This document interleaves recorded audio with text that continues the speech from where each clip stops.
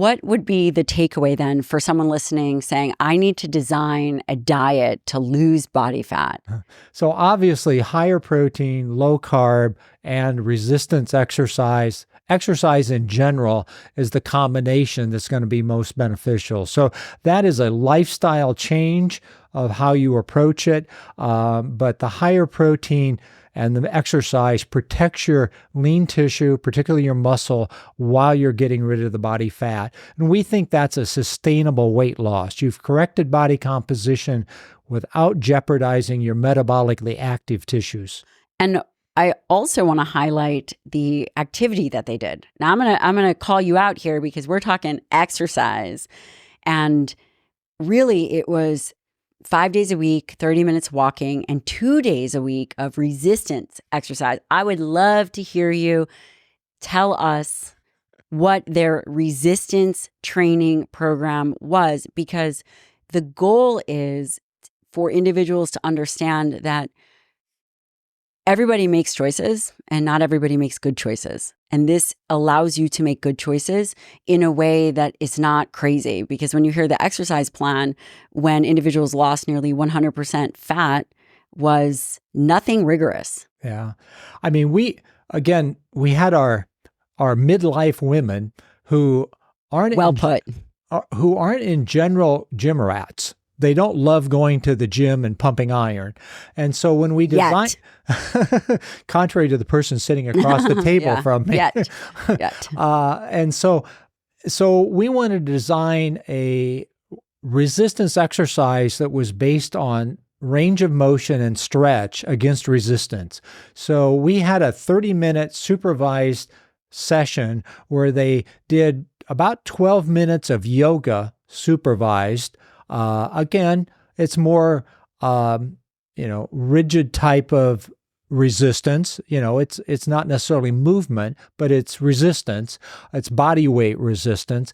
And then they did another 25 minutes of Nautilus machines, but we didn't require them to put any weight on it. We told them, we're interested in range of motion. We want you to do 2 sets of 12 reps, and basically you can put on whatever weight you want. And so most of them did very light weights, and that had the benefit. And it had the benefit in both diets, but it had an enormous synergistic effect in the higher protein diet. Why do you think that was? Do you think they were untrained individuals? Oh, yes. These were not exercising people. They were, by definition, obese. They were above 30% BMI, 30% body fat. So they were sedentary, obese, untrained. And so it definitely had an effect, and it had a dramatic effect on that weight loss. And did you also look at blood lipids? We always look at blood lipids and blood glucose and blood insulin in all of the studies. Clearly, when you're doing reductions of carbohydrates, what you're looking at is more the metabolic syndrome type of thing. So blood pressure, waist circumference, HDLs, triglycerides. We always find that when you go to a lower carbohydrate diet, you dramatically drop triglycerides by at least 20%. And in fact, that actually became one of our primary biomarkers for diet compliance. If we found individuals weren't reducing it, we knew they weren't following the diet. Can you give me an example of the gram that they started at and the gram that you reduced them to see that those changes in triglycerides? So when they first came into the study, their total carbohydrates were probably close to 300 per day. So we reduced everybody's calorie intake down. And so when we were looking at the Food Guide Pyramid group, they were getting just under 200 grams of carbs per day. And then in our group that was getting the reduced carb, they were getting about 135 grams. What we have seen is that to get these triglyceride effects, you need to get below about 140 grams of carbs per day. So 100 grams, 90, 120 grams, you should see that effect. So we see the threshold at about 140. So if people wander above their snacking or whatever, and they wander above 140 grams per day, the triglycerides will come back up.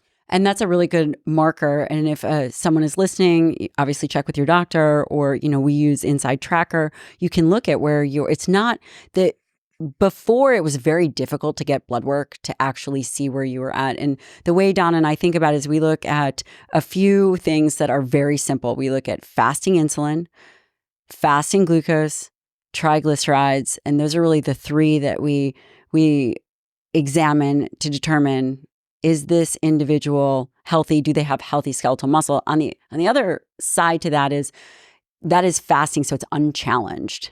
Sure. There is real benefit to doing an oral glucose tolerance test and actually seeing what your fed lipids do. And I'll just interrupt you there. We did that in all of our studies. So we actually did, as opposed to an oral glucose tolerance, which is giving you 75 grams of a pure carbohydrate, what we did was give everyone a diet challenge based on their breakfast meal. So we basically looked at the glucose response in the people following the food guide pyramid versus the blood glucose and insulin response in the people following the low carb. So these are realistic responses to the meal. And what we found was in the individuals who we put on the food guide pyramid, the longer they were on that, the worse their blood glucose tolerance got. So making them follow that high carbohydrate, low protein, which was actually different than their baseline. Their baseline was a little more higher protein and lower carb than what we put them on in terms of a ratio. And so by putting them on the food guide pyramid, as the guideline stated, it made it worse. I will never forget one of the dietitians that I had in my group at that time. I won't give a last name, but Donna had worked at a local clinic in the weight loss clinic for 10 years before I hired her, and she was teaching the food guide pyramid. And so when I got my group together, I went and hired her because I knew she would teach the control correctly. She wasn't biased toward my thinking about protein. And she came after the end of the first study, she came into my office crying, saying, I can't believe I was teaching people that way and it was making them worse.